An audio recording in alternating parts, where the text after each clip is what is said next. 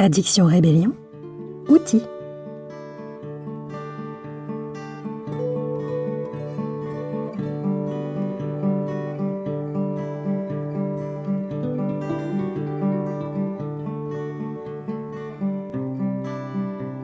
Garde à l'esprit que la seule façon sûre de ne jamais devenir accro à quelque chose, c'est de ne pas commencer, et que la seule façon sûre de ne jamais replonger, c'est de ne pas recommencer.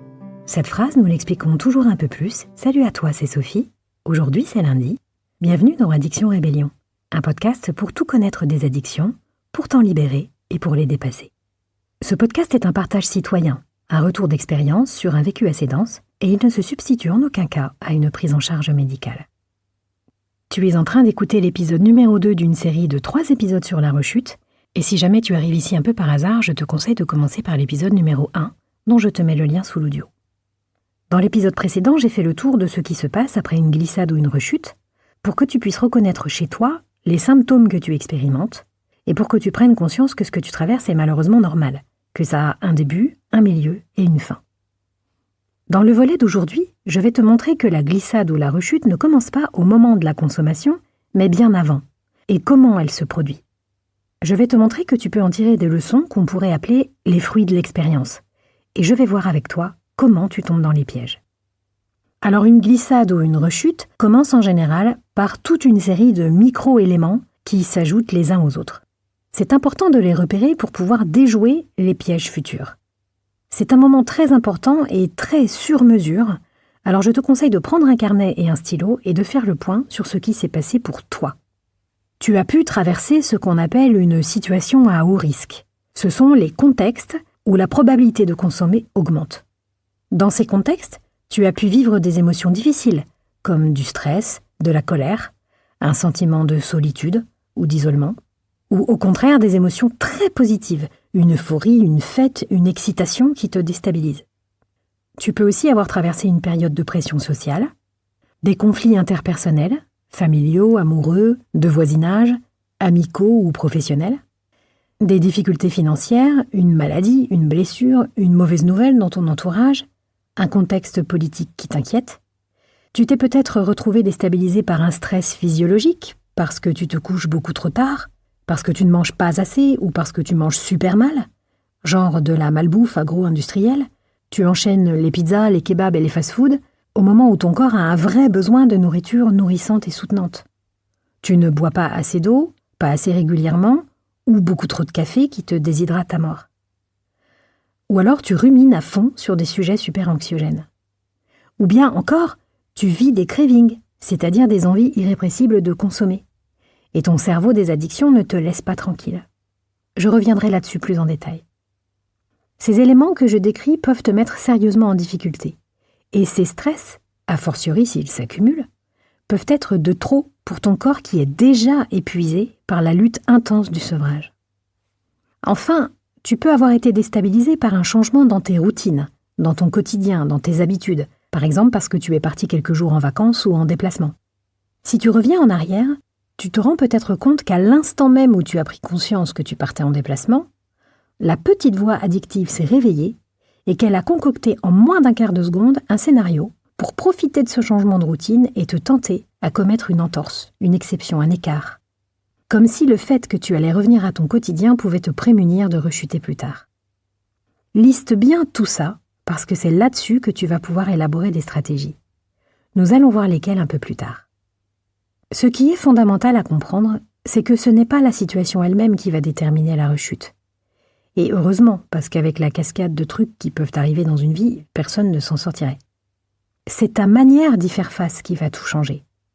C'est là-dessus que tu peux te préparer, en avance. Face à une situation à risque, une situation où survient une tentation, tu as 2 scénarios possibles. Soit tu mobilises une stratégie à laquelle tu t'es préparé, alors tu te mets à l'abri, tu trouves de quoi te distraire, tu appelles quelqu'un, tu fais un exercice spécial sevrage, et tu réussis à ne pas consommer. En conséquence, tu vas ressentir un sentiment d'efficacité personnelle qui va renforcer tes stratégies et diminuer encore plus les risques futurs. Ça, c'est un cercle vertueux. Soit tu n'as pas de stratégie d'adaptation, ou tu ne parviens pas à l'appliquer et tu consommes. À cet instant, tu risques d'expérimenter l'effet de violation d'abstinence dont je t'ai parlé plus tôt. J'ai craqué, donc j'ai échoué, donc je ne suis pas assez fort, ou c'est trop difficile pour moi, donc autant continuer à consommer. Tu expérimentes alors de la honte et de la culpabilité, qui te sapent la concentration dont tu as besoin pour lutter contre la perte de contrôle et le retour à la conso. C'est le cas de figure le plus triste parce que, je me répète et c'est volontaire, ce n'est pas toi qui est difficile à soigner, c'est l'addiction. C'est pour éviter d'en arriver là que nous parlerons de stratégie dans le prochain épisode. Pour l'heure, je vais t'aider à voir comment tu peux tirer des leçons de cette situation.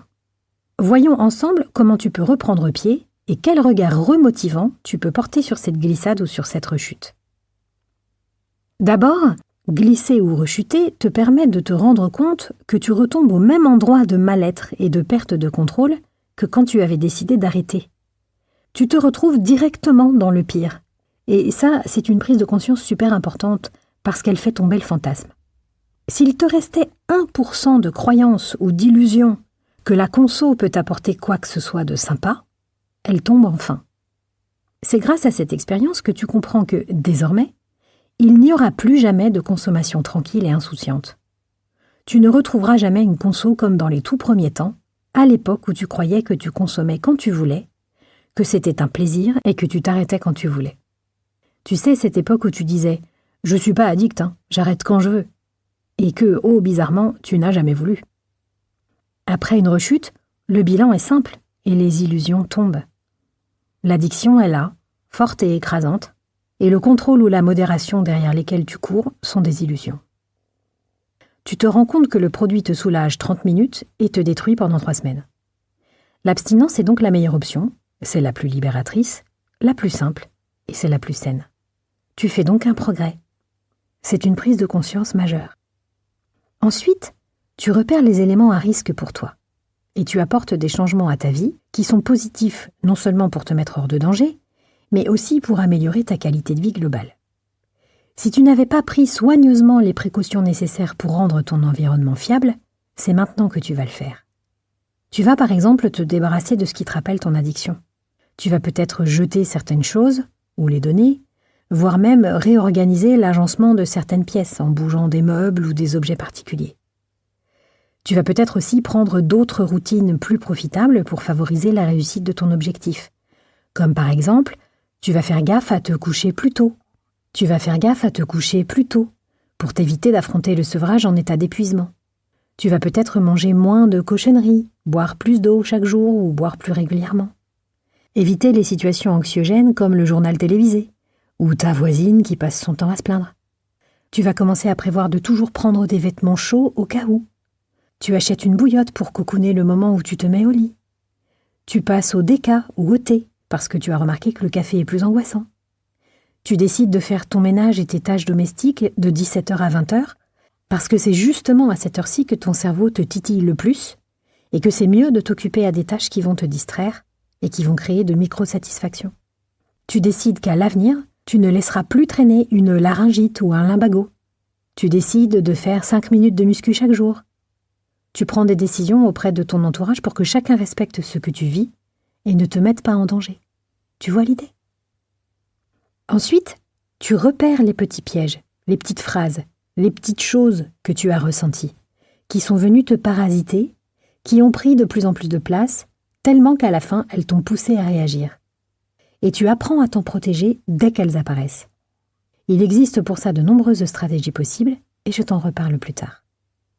Ensuite, tu décides de mettre en place des stratégies efficaces pour soulager ton système nerveux, le mettre en sécurité, éviter qu'il ne se sente submergé par le stress et pour soutenir le travail de ton corps. Enfin, si une seule glissade ou rechute ne suffit pas, parce que le cerveau des addictions utilise des stratégies sournoises, de rechute en rechute ou de glissade en glissade, qui sont à chaque fois aussi usantes et pénibles, un jour, tu en as tellement marre de rechuter ou de glisser que tu décides de te sevrer non plus du produit, mais de la rechute ou de la glissade elle-même. Et cette décision va t'aider à te dire la prochaine fois « Ah non, laisse tomber, j'y vais pas. J'ai pas envie de me sentir mal pendant des semaines, de plus dormir, de ruminer, d'avoir mal au crâne, d'être dans le trou. Ah non, flemme, je préfère ne pas consommer. » Les rechutes et les glissades mettent fin au fantasme que cette fois-ci, j'ai mieux compris, Ce sera différent, je vais gérer. Tu vois bien que rien n'est différent et que tu gères que dalle. Tu finis par voir que ce n'est pas toi qui peux influencer le produit, mais que c'est le produit qui t'écrabouille.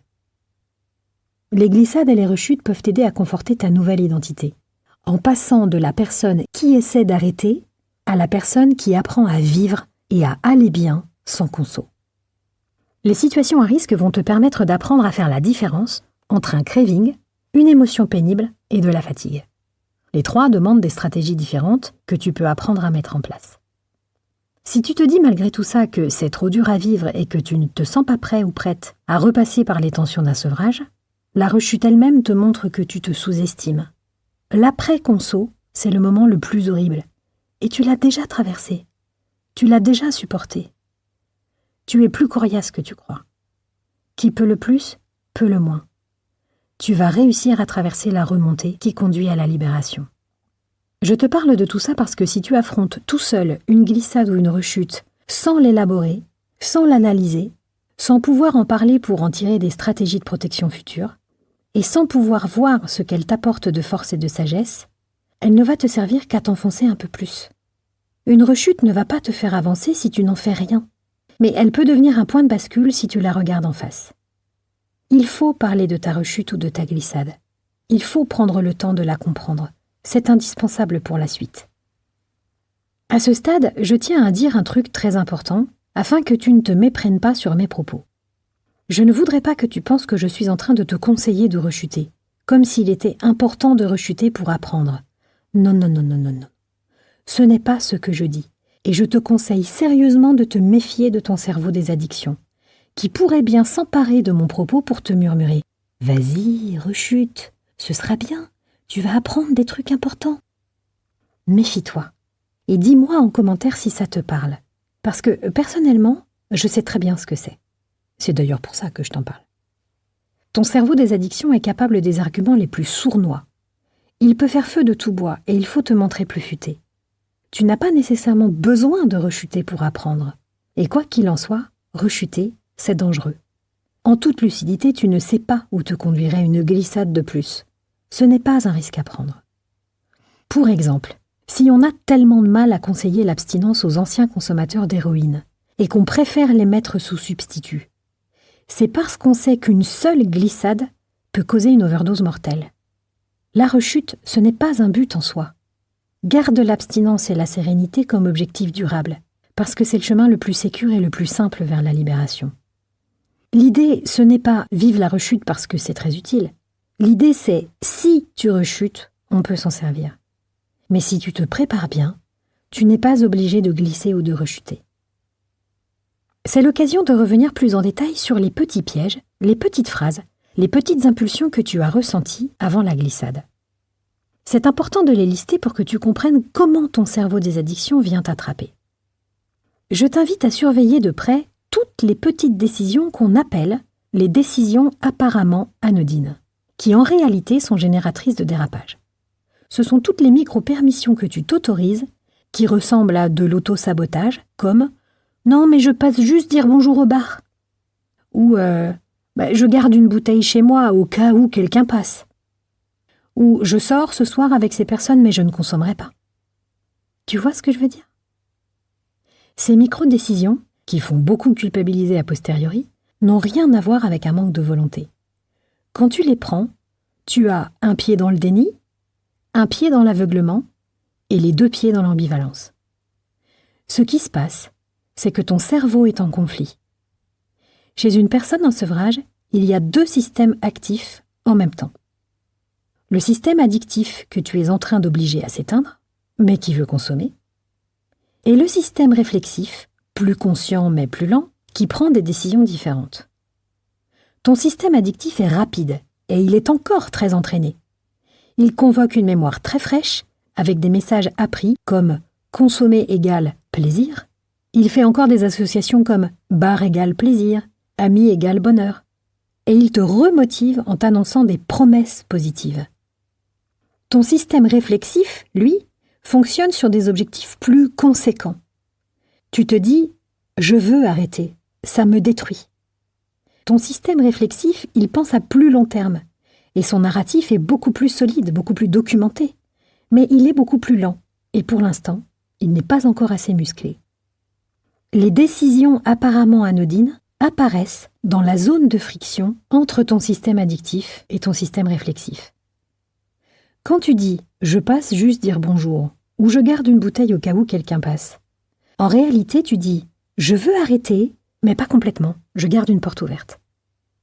À cet instant, tu es victime de quelque chose qui te dépasse. Ta mémoire émotionnelle est biaisée. Ton cerveau addict surestime démesurément les côtés positifs de la conso, qui en réalité n'existent pas. Et il sous-estime totalement la souffrance qui découlera immanquablement d'une conso. Tu n'as même parfois pas accès à ces souvenirs.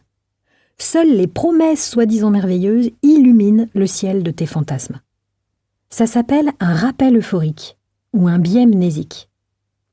Il se déclenche à cause d'une haute sensibilité à des indices visuels, auditifs, olfactifs, gustatifs, tactiles, ou encore à la perception de certaines ambiances, de certains contextes, à la réactivation fantasmée de certains souvenirs. Ces indices enflamment parfois de façon super discrète tes circuits du craving, avant même que tu ne décides quoi que ce soit. Dans ces moments-là, tu veux les deux choses à la fois. Tu veux arrêter et garder le lien avec le produit ou l'univers autour du produit. Cette ambivalence non résolue est un phénomène extrêmement humain. Elle te plonge alors dans une illusion de contrôle, un excès de confiance, et tu peux te retrouver à te dire « je peux gérer cette fois-ci, j'ai compris, je ne retomberai pas dans le piège, je me ferai plus avoir ». Alors ça, cette illusion de contrôle, je t'en parle en insistant un peu, parce que contrairement aux apparences, ce n'est pas de la bêtise ou de l'ignorance. En réalité, c'est un mécanisme de protection psychique. Ce que tu cherches à faire, c'est à te protéger de plusieurs choses. Du vide, du sentiment de la perte d'un plaisir. Et normalement, si tu suis ce podcast, tu as déjà pu travailler autour de cette question à de nombreuses reprises. Tu cherches peut-être à te protéger de la perte, illusoire elle aussi, de ce que jusqu'à présent tu considérais comme un moyen de régulation de difficultés et d'inconfort émotionnel. Tu peux vouloir te protéger du deuil de la vie avec produit. Car le constat « je ne peux plus consommer sans me détruire » conduit à accepter une forme de perte irréversible, une sorte de deuil d'un monde idéal dans lequel on pourrait tous se droguer sans galérer. Enfin, tu peux aussi avoir tout simplement peur de te retrouver sans filet face à une réalité de vie très difficile pour toi, qui te fait peur et sur laquelle tu as l'impression de n'avoir aucun contrôle. Cet épisode ne va pas tout résoudre. Mais c'est important que tu prennes conscience de ce qui peut te causer des difficultés dans le maintien de ton abstinence. Parce que pour pouvoir agir ne serait-ce qu'un peu, il faut commencer par comprendre et voir clair. Les décisions apparemment anodines, aussi absurdes puissent-elles paraître, servent souvent à se protéger des prises de conscience et des deuils implacables qui paraissent insurmontables à court terme. Mais sans aller jusque-là, dans les débuts du sevrage, tu peux ressentir l'impression que tu perds vraiment quelque chose en arrêtant de consommer.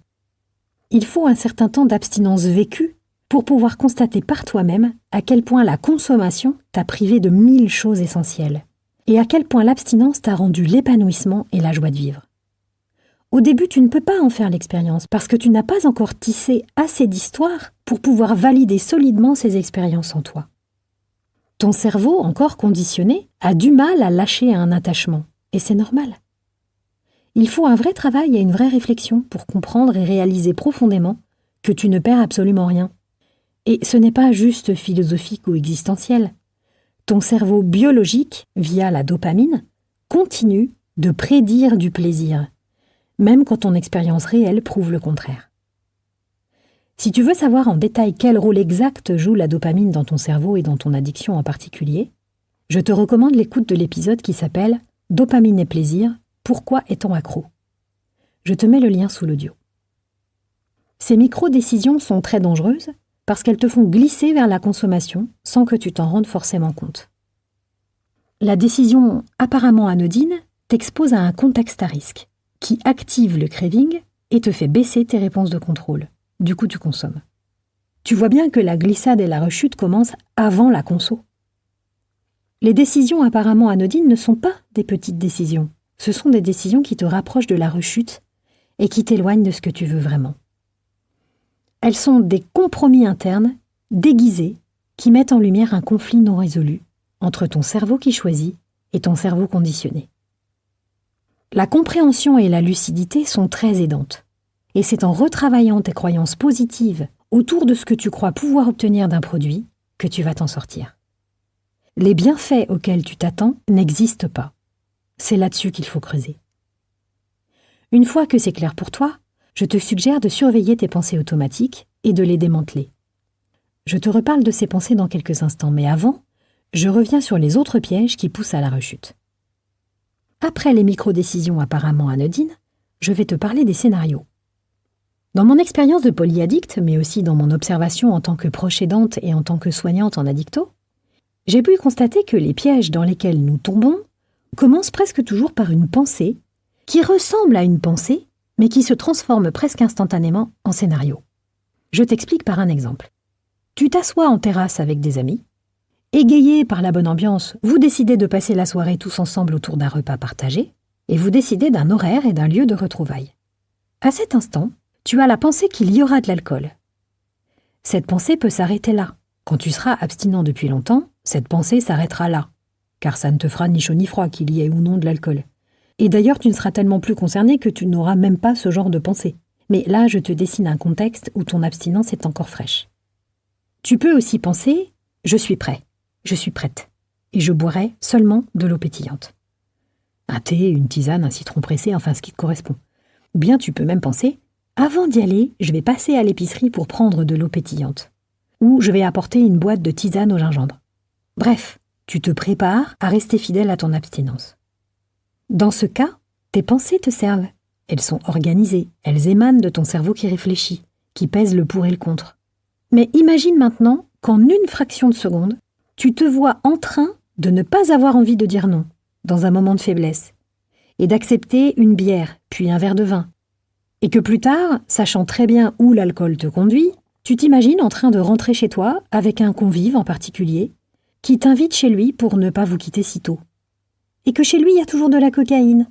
Et que finalement, tu ne vas pas pouvoir résister à sa proposition, et tu te vois en train de consommer une toute petite trace pour faire gaffe, alors que tu es abstinent depuis un mois. Tout ça en une fraction de seconde. Et bien sûr, c'est exactement ce qui se passe. Tant et si bien d'ailleurs que tu pourras dire par la suite « je savais depuis le début où ça me conduisait ». Avec toute la honte, le découragement et la culpabilité qui s'inviteront dans ton expérience. Ça, ce n'est pas une simple pensée, c'est un scénario. Et c'est un piège. Une simple pensée, c'est une simple pensée. Elle ne construit pas un truc déjà écrit. Si tu vois déjà la fin du film, arrête-toi là. D'ailleurs, il est possible que tu n'aies pas tout le scénario complet du début à la fin, mais tu sens que la pensée est déclenchante. Elle contient des étapes et des actes risqués à venir. Alors ce n'est pas une pensée, mais un scénario. Change tes plans pour ne pas te laisser entraîner par le scénario. Il vaut mieux déclarer que tu es fatigué ou que tu as un truc à faire et rentrer chez toi, plutôt que d'entrer ne serait-ce que d'1 millimètre dans les plans que ton cerveau des addictions a prévus pour toi. En rentrant chez toi, tu vas renforcer les connexions et les nouveaux mécanismes qui t'emmènent vers la liberté, et tu l'auras échappé belle. Quand tu seras plus musclé, une bonne méthode consiste aussi à continuer à en penser le scénario. Ok, je monte chez cet ami et nous consommons. Et après ? On se tape ensemble tel ou tel délire. Et après ? Je rentre en taxi et je commence à redescendre tout seul chez moi, avec une odeur d'essence dans le museau, une migraine qui démarre, la nausée, le nez qui brûle. Tu te vois épuisé, vidé, avec le ventre en vrac, triste, démotivé, accablé. Les idées noires et les ruminations commencent. Les regrets, les palpitations, l'agitation, l'angoisse, le brouillard, peut-être même des hallucinations, des cauchemars, puis le craving. Et après ? Des jours et des jours à récupérer, avec le risque potentiel de ne jamais réussir à t'arrêter de nouveau et de t'enfoncer toujours plus loin en enfer. Prolonger le scénario t'aide à te mettre à l'abri. Il est très facile pour toi de prolonger le scénario plus loin que les instants d'excitation qui précèdent la conso, puisque tu connais déjà tout ça par cœur. Alors détaille bien la suite, ne censure rien, et ce sera plus facile pour toi de te dire « Ah ouais, non, flemme, backup, pas envie. J'ai envie de me réveiller fraîche et reposée. en pleine forme, stable et contente. Ça vaut pas le coup de compromettre des jours, voire des semaines de bien-être et de liberté. J'ai pas l'énergie de remonter la pente encore une fois. Pour une fois que la flemme peut te sauver la vie, il faut t'en servir. Tu vas apprendre que tu peux te détacher de certaines pensées. En fait, nous sommes tous et toutes habitués à nous identifier à ce à quoi nous pensons, comme si nous étions les auteurs originaux de 100% de nos pensées. Nous croyons que nos pensées nous définissent, mais c'est beaucoup plus subtil que ça. En psychologie et en neurosciences, on considère plutôt que les pensées naissent d'un mélange de mémoire, de conditionnement, de notre culture, de notre éducation, de notre expérience, mais aussi d'associations automatiques, de stimuli extérieurs. En fait, une grande partie de notre activité mentale est automatique, rapide et hors de notre contrôle conscient. Nous ne créons pas toutes nos pensées volontairement. Certaines d'entre elles sont même appelées des pensées intrusives. Elles semblent étranges, en décalage avec qui nous sommes, tu les trouves bizarres quand elles te traversent, et le fait qu'elles apparaissent ne dit rien sur ton identité. C'est plutôt la façon dont nous réagissons à ces pensées émergentes qui est significative. Certaines approches philosophiques ou thérapeutiques considèrent que nos pensées traversent notre mental comme l'air traverse nos poumons, et que nous ne sommes pas nos pensées, mais l'espace dans lequel elles apparaissent. Tu peux regarder différemment tes pensées et t'en détacher assez pour ne plus les suivre au pied de la lettre. Pendant un sevrage, il est aidant de ne pas attacher une trop grande importance ni une trop grande loyauté vis-à-vis de chaque pensée qui naît en toi. Car une immense majorité d'entre elles n'émanent pas d'une réflexion approfondie de ta part, mais de 1000 conditionnements. Tu peux les remettre en question. Les pensées sur lesquelles tu ne t'attardes pas disparaissent, et souvent elles ne reviennent jamais. Tu peux donc te permettre 3 postures salvatrices pendant un sevrage. D'abord, tu peux prendre de la distance par rapport à certaines pensées. Par exemple, tu penses que ceux qui consomment ont de la chance et qu'ils sont plus heureux que toi. Mais cette pensée n'est pas une vérité. Et elle n'est pas née de tes réflexions approfondies, documentées et nuancées. Elle est en fait issue d'un conditionnement sociétal et elle est même vachement stéréotypée. Tu peux la remettre en question sans écorner ton identité. Ensuite, tu peux cesser de prendre toutes tes pensées pour des vérités. Par exemple, une pensée comme « c'est trop difficile de ne pas boire d'alcool dans un pays comme la France »,« c'est tellement social que c'est excluant de ne pas participer à ce genre de rituel », ça aussi c'est une pensée conditionnée. Parce qu'en vérité, en France, des millions de gens ne boivent pas d'alcool. Et la vie, l'amitié et le bonheur n'appartiennent pas exclusivement à ceux qui trinquent ensemble. Cette pensée est fondamentalement fausse. Et ce n'est pas toi qui l'as créée à partir de ton cerveau qui pense. Tu peux la laisser disparaître, elle n'est pas vraie. Enfin, tu peux observer tes pensées sans t'identifier à elles complètement. Par exemple, si tu penses qu'il faut dormir 8 heures par nuit pour être en bonne santé, mais que toi tu te réveilles invariablement à 6 heures du matin et tu as un coup de pompe à 13 heures. Si tu t'identifies à ce que tu crois être une vérité absolue, tu n'es plus capable de voir que ton corps fonctionne différemment, qu'il a son rythme, et que le coup de pompe de 13 heures vient peut-être non pas de 2 heures de sommeil dont tu aurais supposément besoin, mais peut-être plutôt du dessert pour finir ton repas, ou du verre d'alcool que tu as bu hier. Tu penses alors que tu es tout le temps fatigué, que tu es insomniaque, que tu n'es pas en bonne santé et que ça va mal finir. Alors que tu es peut-être tout simplement dans une phase de vie où 6 heures de sommeil te suffisent. Et cette soi-disant vérité ne peut pas en être une pour 7 milliards d'êtres humains. Prendre de la distance par rapport à tes pensées est une compétence mentale qui demande un peu de recul, mais qui va t'offrir une immense liberté intérieure. Finalement, tu n'es pas souvent l'auteur ou l'autrice de tes pensées. Tu es plutôt celle ou celui qui choisit quelle pensée nourrir, quelle pensée tu vas laisser s'installer, et quelle pensée tu vas transformer en action. Tu n'écris pas toutes les phrases, mais tu choisis celles qui vont faire l'histoire. Pourquoi est-ce que je t'embarque dans ces réflexions ? Eh bien parce que l'addiction grippe ta souplesse mentale. L'addiction t'envoie dans des réponses comportementales automatiques, prévues d'avance et finalement assez peu réfléchies, réponses desquelles tu as du mal à t'échapper parce que tu ne vois pas que tu es bien plus et bien autre chose que tes pensées. Si tu n'es pas toujours l'auteur de tes pensées, tu peux te voir un peu plus comme le metteur ou la metteuse en scène. Imagine que tes pensées sont des acteurs qui montent sur scène sans prévenir. Eh bien toi, si tu ne décides pas toujours qui entre en scène, tu décides qui reste, qui parle et qui influence l'histoire. Tu peux apprendre petit à petit à te détacher de certaines pensées, par exemple les pensées d'impulsion, pour qu'elles cessent d'être opérantes, activantes, agissantes. Voilà pour aujourd'hui. Maintenant que tu as compris comment tu as glissé et ce qui a joué, nous allons aborder ensemble les stratégies dont tu disposes pour ne pas glisser ou rechuter de nouveau. Et ça, c'est le sujet du prochain épisode. Si tu penses que cette mini-série peut aider une autre personne, ne te demande pas 10 fois si tu dois lui envoyer le lien ou pas. Fais-le, tu l'aideras sûrement. Pense à partager cette mini-série sur tes réseaux ou parle-en autour de toi. Et si tu veux aider la chaîne, je t'invite à poster un commentaire parce que l'algorithme est trop bête pour comprendre tout seul à quel point ce podcast est génial et il réclame des commentaires. Alors maintenant, tous les podcasteurs, on va tous être là à réclamer comme des mendiants « Écris un commentaire, s'il te plaît !» Tu sauras que c'est pour améliorer la visibilité de mon travail. Pense également à liker et à t'abonner. Et dans tous les cas, je te remercie tout plein pour ce soutien. Ça fait du bien. Je te retrouve bientôt. D'ici là, garde à l'esprit que la seule façon sûre de ne jamais devenir accro à quelque chose, c'est de ne pas commencer. Et que la seule façon sûre de ne jamais replonger, c'est de ne pas recommencer. À bientôt. Bye bye.